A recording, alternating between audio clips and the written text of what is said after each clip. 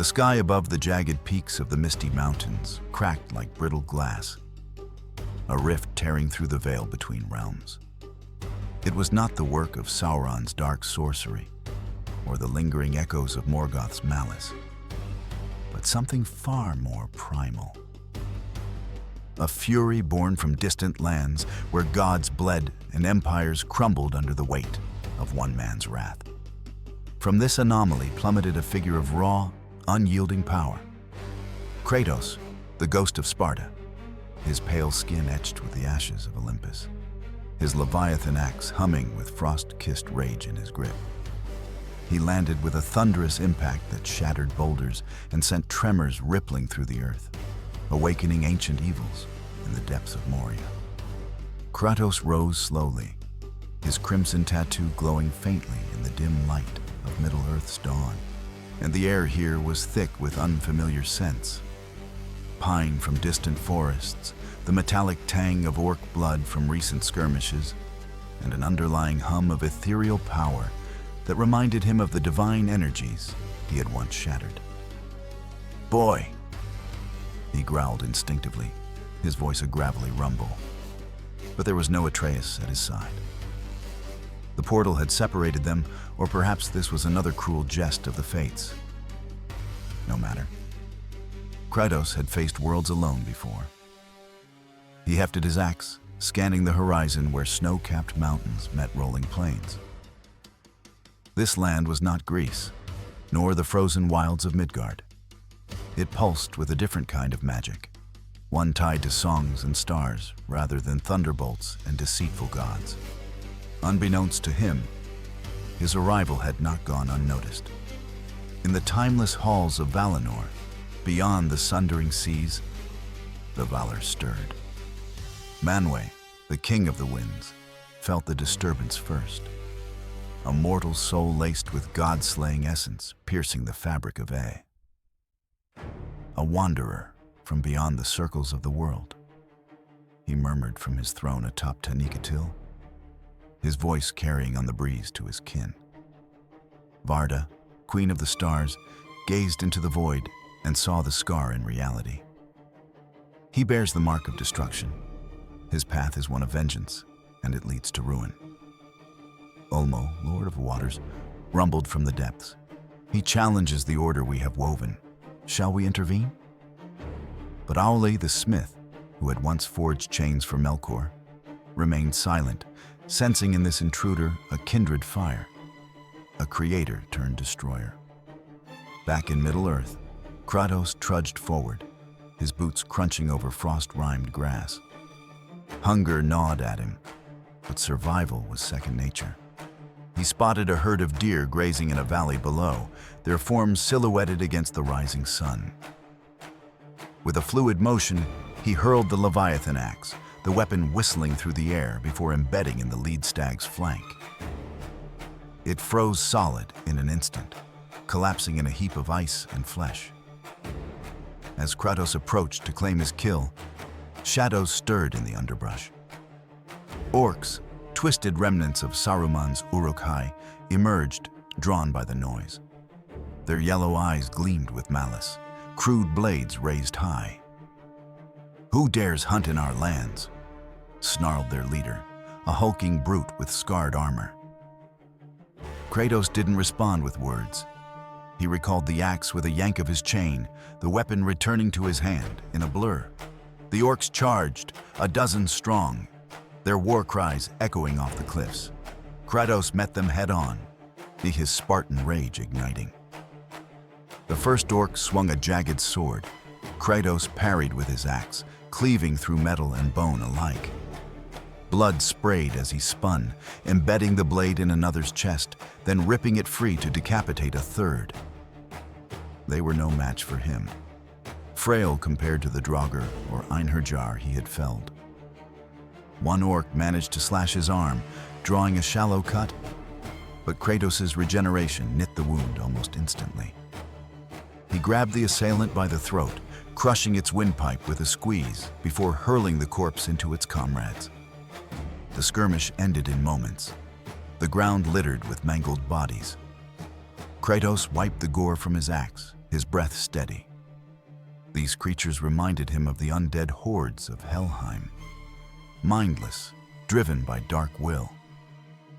But as he knelt to skin the deer, a greater shadow loomed, and from the east, a winged shape descended.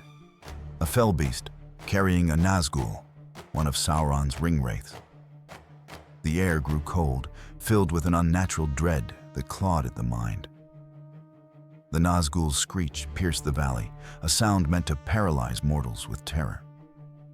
Kratos felt it, a whisper of fear, like the illusions of the Valkyries. But he had slain gods who wielded fear as a weapon. "Come then," he muttered, standing tall. The fell beast dove, its rider drawing a Morgul blade that glowed with cursed light. Kratos dodged the initial swoop, the beast's talons raking the earth where he had stood. He countered by throwing his axe skyward.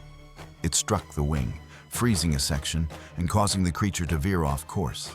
As it circled back, Kratos leaped onto a nearby boulder, timing his jump to grab the beast's underbelly. His fingers dug into scaly flesh, and he climbed toward the rider. The Nazgul thrust its blade downward, aiming for Kratos' skull. He blocked with his guardian shield, the impact sending sparks of dark energy flying.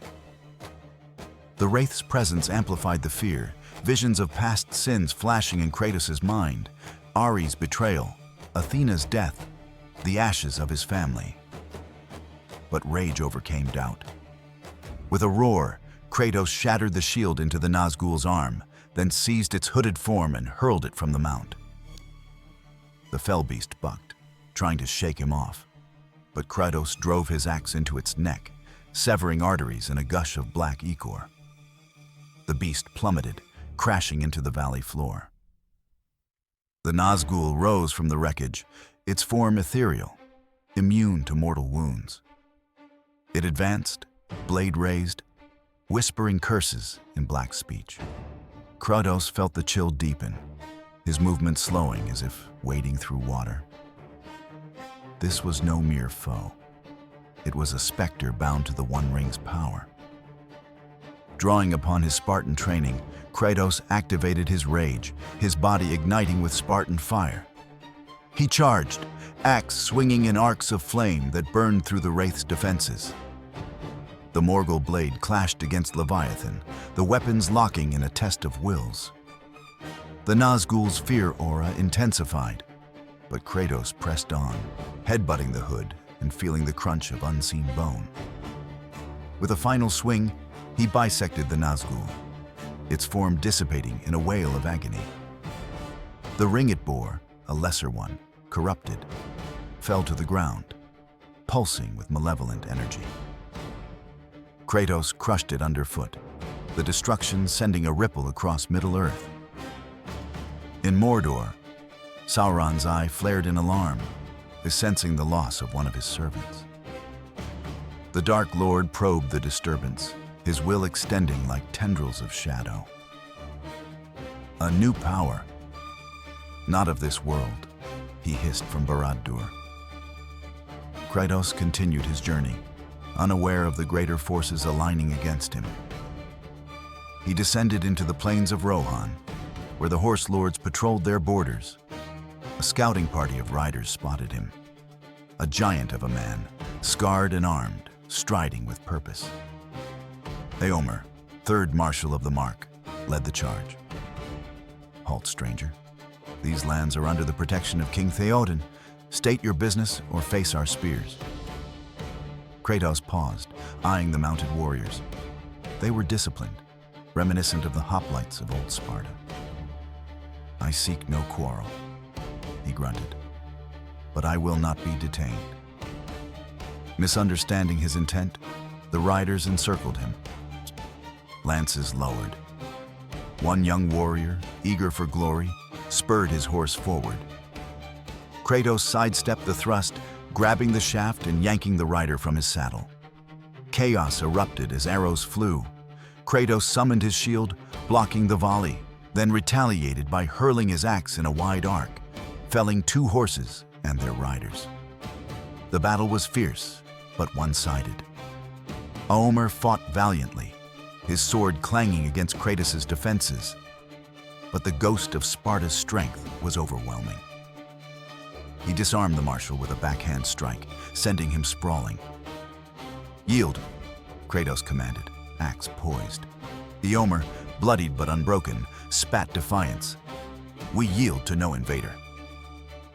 Yet, seeing his men slain or wounded, he called for a retreat.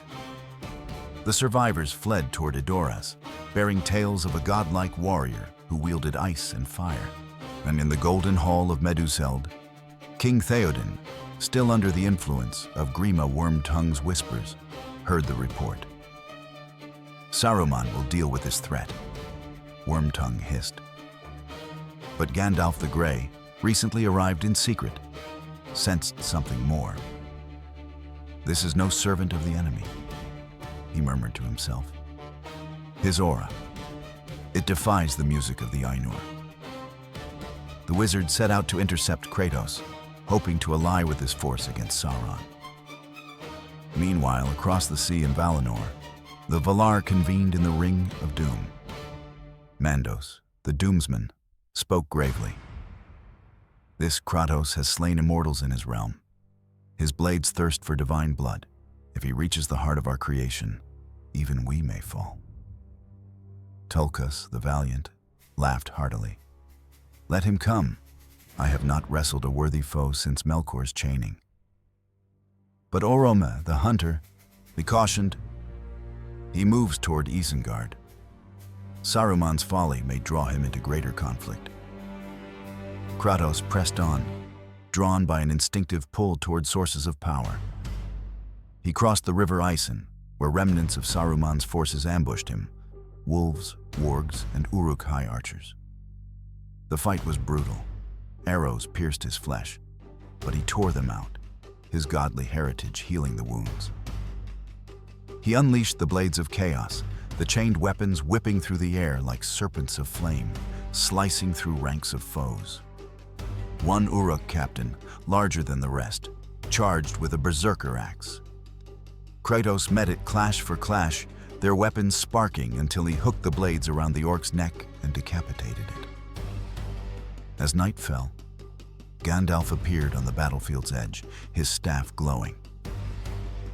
"Hail, traveler from afar. I am Gandalf, a wanderer like yourself. What brings you to these troubled lands?" Kratos eyed the wizard warily, sensing the ancient power within him. Not a god, but something akin to the Allfather Odin. "I seek my son," Kratos replied curtly, and answers, "This world, it calls to my rage." Gandalf nodded sagely. "Middle-earth is besieged by darkness. Sauron, a fallen Maya, seeks dominion. Perhaps our paths align." Reluctantly, Kratos agreed to accompany Gandalf to Isengard, where Saruman plotted from his tower of Orthanc. The wizard explained the history, the Valar who shaped the world, Morgoth's rebellion, the rings of power. Kratos listened in silence, his mind drawing parallels to Zeus's tyranny and the Aesir's deceptions. "Gods who play with mortals' fates," he muttered. "They all bleed the same." Upon reaching Isengard, they found it fortified, the floods from the dammed river protecting the walls. Saruman's voice boomed from above, amplified by his wizardry. "Gandalf, you fool! And who is this brute you bring? Join me, or perish." Orcs poured from the gates, a horde of thousands. Gandalf unleashed his magic, bolts of light scattering the front lines. Kratos waded in, his axe cleaving paths through the enemy. He shattered catapults with thrown blades, froze entire squads in ice, and burned others with Spartan fire. Saruman, seeing the tide turn, descended to confront them personally. His staff crackled with energy as he hurled spells, fireballs, illusions of dread. Gandalf countered with his own power, their duel shaking the earth. Kratos, undeterred, charged the White Wizard. Saruman turned his gaze upon him, attempting to bend his will. Kneel, mortal, and serve the new order. But Kratos' mind, forged in the fires of betrayal, resisted. He closed the distance, dodging arcane blasts, and struck Saruman's staff with his axe. The wood splintered, the wizard staggering back. In a final act of desperation, Saruman summoned a storm, lightning raining down. Kratos leaped through the chaos, embedding his blades in the wizard's robes and yanking him close. "Your power ends here," he growled, snapping Saruman's neck with a twist. The body crumpled, his palantir rolling free. Gandalf approached, weary but victorious. "You have done what few could, but this is only the beginning." Sauron's eye turns toward us. News of Isengard's fall spread like wildfire. In Minas Tirith, Denethor despaired. In Lothlorien, Galadriel foresaw greater upheaval. And in Valinor, the Valar prepared. Anamo Mandos prophesied. The Godslayer comes. The song may yet be rewritten. Kratos and Gandalf journeyed eastward, toward Gondor, where the forces of Mordor amassed. Along the way, they encountered the Fellowship's remnants, Aragorn, Legolas, and Gimli, who had scattered after Boromir's fall. Aragorn, sensing Kratos' warrior spirit, offered alliance. "You fight like no man I've seen. Join us against the Dark Lord." Kratos, reminded of his own quests, nodded. "If it leads me home, I will carve through your enemies." Together, they assaulted a Mordor outpost near the Black Gate. Orcs, trolls, and Easterlings swarmed. Legolas's arrows flew true, Gimli's axe hewed limbs, Aragorn's sword and Duril flashed. But Kratos was a tempest, his blades of chaos chaining enemies together before igniting them in flames. A cave troll lumbered forward, on club raised. Kratos grappled it, his strength matching the beast's as he drove his axe into its skull. As victory neared, a greater threat emerged. The Witch King of Angmar, leading the remaining Nazgul. The air filled with their shrieks, horses bolting in terror. The Witch King dismounted, his flail whipping through the air. "No man can kill me," he intoned. Kratos stepped forward. "I am no man. I am a god's bane." Their clash was cataclysmic, the Witch King's blade clanging against Leviathan, dark magic clashing with runic power. The Wraith's prophecy held against mortals, but Kratos was beyond such bindings. He shattered the flail, then plunged his blades into the Witch King's form, unraveling his undead essence in a burst of shadow. Sauron, enraged, unleashed his armies fully. The Battle of the Pelennor Fields began anew, but with Kratos' aid, the tide turned swiftly. Rohan's riders charged, but it was Kratos who broke the Mumakil lines, climbing the massive Oliphants and felling them from within. Haradrim archers rained arrows. He shielded allies with his guardian, then retaliated with frost storms that encased foes in ice. Yet, as the battle raged, a divine intervention stirred. The Valar, deeming Kratos a threat to Arda's balance, sent an emissary. Eönwë, herald of Manwë, descended with a host of eagles. "Mortal intruder," Eönwë proclaimed, his voice like thunder, "your rampage ends. Return whence you came, or face the wrath of the powers." Kratos, blood-soaked and unyielding, stared up at the angelic figure. "I have faced your kind before. Gods who claim dominion, they all fall." The confrontation escalated. Eönwë wielded a sword of star-forged light, clashing with Kratos' axe in sparks that lit the battlefield. The herald's wings buffeted winds that could topple mountains, but Kratos anchored himself with rage, dodging and countering. He hooked his blades around Eönwë's armor, pulling him down for a brutal exchange of blows. The Valar's servant was mighty, healing from wounds that would fell lesser beings, but Kratos' persistence wore him down. With a roar, he activated his Spartan rage fully, his form blazing as he shattered Eowyn's sword and drove him back. Gandalf intervened. "Stop! This madness serves only Sauron." But Kratos pressed on, his eyes locked on the retreating herald. Eowyn fled to Valinor, bearing wounds and a warning. "The God Slayer defies us. We must act."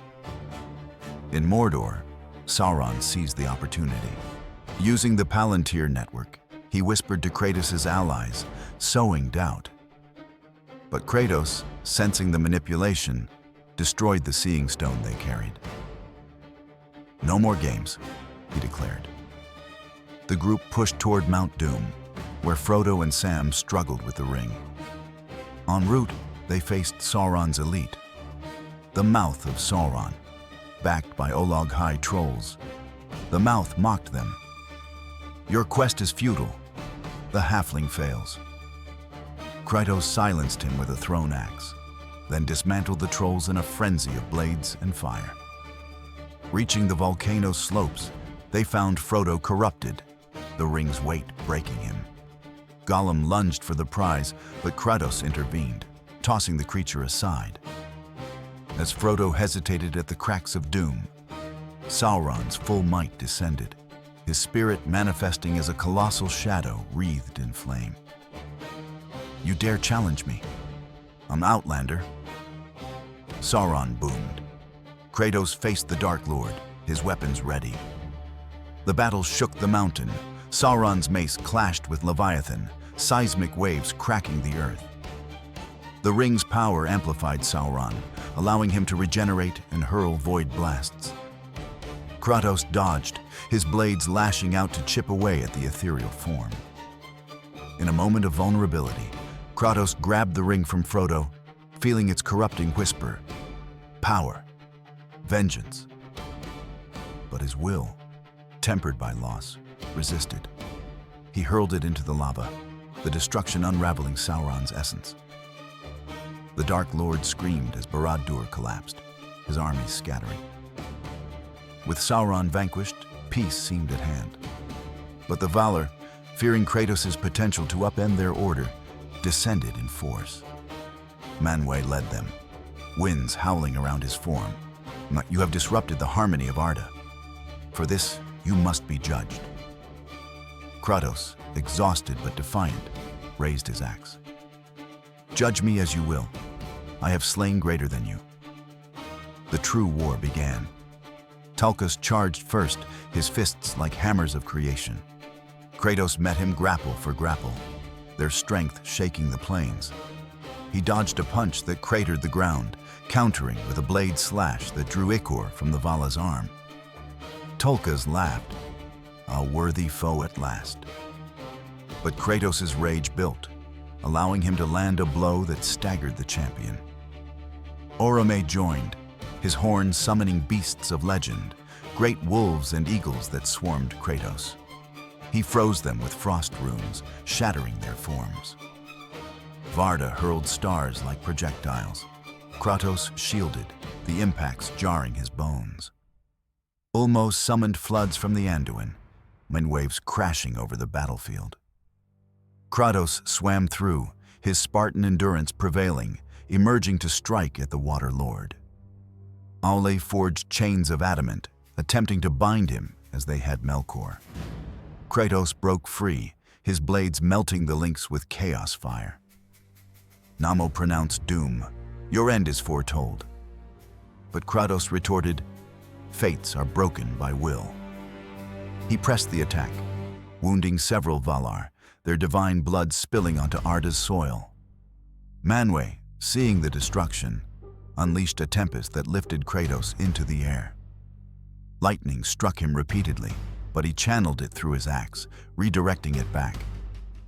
The king of the Valar faltered, his form flickering. In a final push, Kratos leaped, embedding his weapons in Manwë's essence, tearing at the core of his power. The Valar retreated, weakened and in awe. He cannot be contained, Varda admitted. They sealed the rifts, banishing Kratos back to his realm, but not before he had proven that even the architects of worlds could bleed. Middle-earth, forever changed, whispered of the ghost who humbled gods. Yet, as the portal closed, a lingering essence remained. Kratos' influence had shattered the old order. Elves faded faster, men rose, and the Valar's grip loosened. Could one man destroy the Valar in Middle-earth? In this tale, he came perilously close, leaving a legacy of defiance etched into the stars. The portal's edges flickered like dying embers as Kratos was hurled backward through the void. The Valar's combined will pressing against him like an unbreakable tide. He crashed through layers of reality, his body tumbling across starless expanses when the Leviathan axe still clutched in his iron grip. Pain lanced through every muscle, not from wounds, but from the sheer force of divine expulsion. Yet even as the fabric of Arda tried to reject him, something deeper held firm. The unquenchable spark of Spartan defiance. The ashes on his skin burned hotter, the red tattoo pulsing as if alive. Not yet, he snarled through clenched teeth. He emerged not in Greece, nor in the frozen realms of the Norse gods, but back upon the scorched plains of Dagorlad, north of the Black Gate's ruins. The sky above Mordor still bled purple from the lingering rift Sauron had torn open in desperation. The ground was cracked and steaming, littered with the corpses of orcs, trolls, and fallen Easterlings. Barad-dûr's jagged silhouette had collapsed into a smoking heap, but the air thrummed with residual malice. The Valar's banishment had failed, or perhaps they had miscalculated. Kratos rose slowly, spitting blood onto the ash. His regeneration was slower here, the divine interference lingering like poison in his veins. But he was alive and angry. From the shattered slopes of Mount Doom, survivors emerged. Aragorn, bloodied but unbroken, supported a limping Frodo while Sam carried the unconscious Gollum over his shoulder. Gandalf approached, staff dimmed, face etched with exhaustion and something close to awe. "You should be gone," the wizard said quietly. "The powers cast you out." Kratos met his gaze. Gods have tried before. They fail. Legolas and Gimli joined them, bows and axe at the ready, eyes scanning the horizon. "The eagles are gone," Legolas murmured. "And the sky, and it darkens again." High above Taniqatil, in the Undying Lands, the Valar gathered once more in the Ring of Doom. Manwë's throne trembled, not from wind, but from the echo of failure. "He returns," the Elder King declared, voice carrying sorrow and steel. "The intruder defies even the will of Eru." Tulkas cracked his knuckles, grinned fierce. "Then we meet him in the field. No more heralds, no more warnings." Varda's stars dimmed in worry. If he reaches the heart of Arda, the Silmarill's remnants, the foundations laid by Aule, he may unmake what we have sung. Ulmo's waters churned. The seas will rise against him. Aule, silent until now, spoke. "He is a smith of ruin. Let us forge our answer." They descended, not as emissaries, but as an army of light and storm. Eagles by the thousands darkened the sky, bearing Maiar in shining armor. The Valar themselves walked Arda once more, Manwë riding tempests, Tulkas striding like a living mountain, Orome with his horns summoning spectral hounds and stags of starlight, Varda hurling constellations as spears of pure radiance. Ulmo rose from the Anduin in a tidal wave that reshaped the landscape, while Aule summoned constructs of living metal, golems of mithril and adamant. Even Yavanna sent forth Ents awakened from slumber, their roots tearing the earth in fury. Kratos sensed their approach long before they arrived. The ground quaked, the air grew thick with ozone and ancient power. He turned to his companions. "Go, this is mine." Aragorn shook his head. "We stand with you." But Kratos' voice brooked no argument. "You have your world to rebuild. I have mine to avenge." Gandalf placed a hand on his shoulder. If you fall, the Valar will seal this world forever. No more strangers, no more change. Kratos shrugged him off. Then let them try. The first wave came from the west. Orom's hunt. Spectral wolves the size of houses bounded across the plain, jaws dripping starfire. Kratos met them head-on. The Leviathan axe spun in deadly arcs, freezing entire packs mid-leap, their bodies shattering like glass. He recalled the weapon again and again, each throw carving bloody paths through fur and phantom flesh. Orome himself appeared atop a steed of living flame, horns sounding a note that shook Kratos' bones. The Vala loosed arrows of moonlight. Kratos deflected them with his guardian shield, the impacts ringing like bells of doom.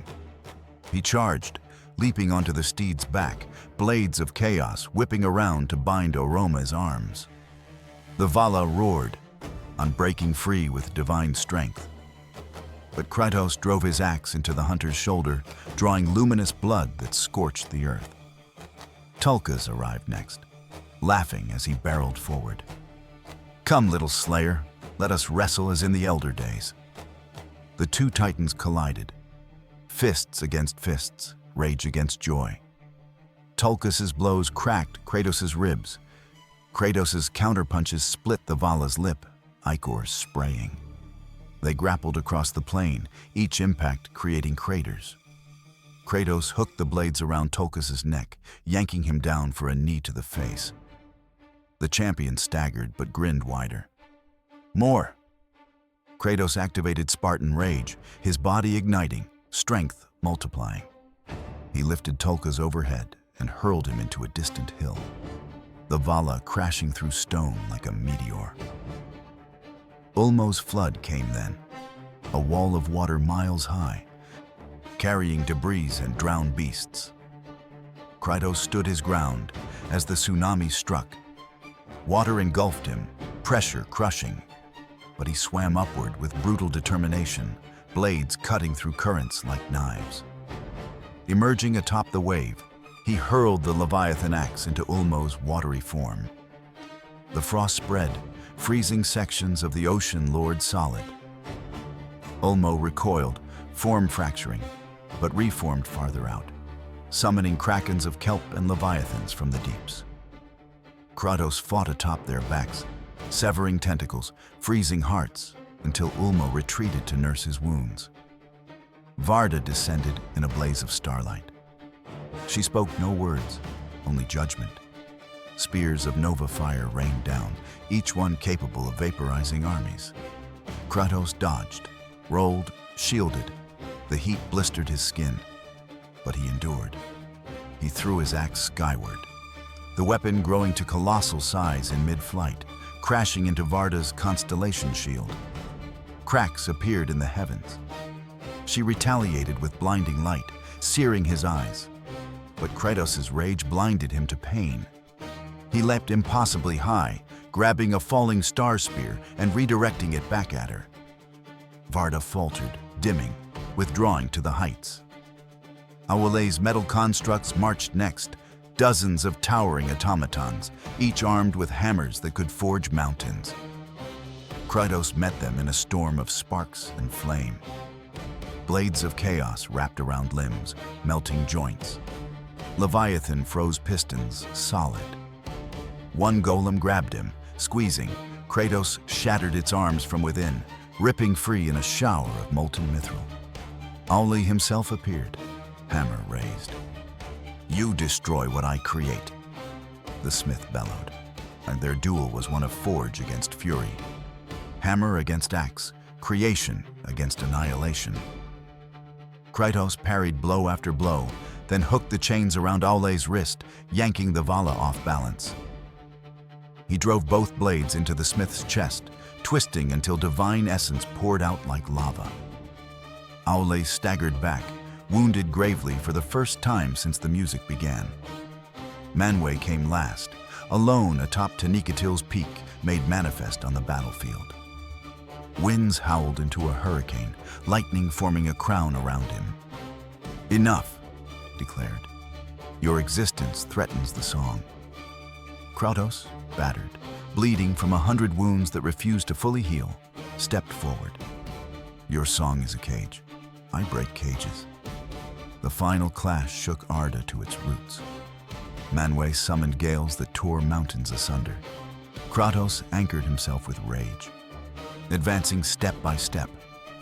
Lightning struck him repeatedly. He absorbed it, redirected it through his weapons, blasting holes in Manwë's form. Winds lifted him skyward. He hooked his blades into the storm itself, pulling himself closer. They met in the air, axe against scepter, fury against serenity.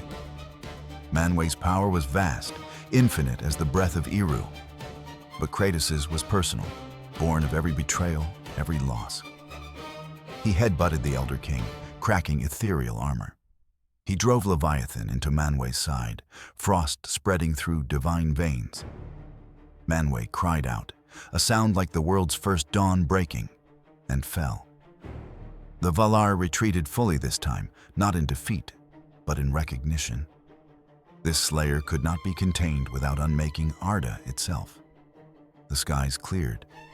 The ground ceased trembling. Kratos landed heavily, weapons dropping from numb fingers. He looked around at the devastation. Plains cracked, rivers diverted, forests uprooted. Aragorn and the others approached cautiously. "It's over," Gandalf whispered. "You humbled them." Kratos stared at the horizon. "No, not over." He felt the pull again, the faint thread to Atreus, somewhere beyond. The Valar had weakened the barriers between worlds in their desperation.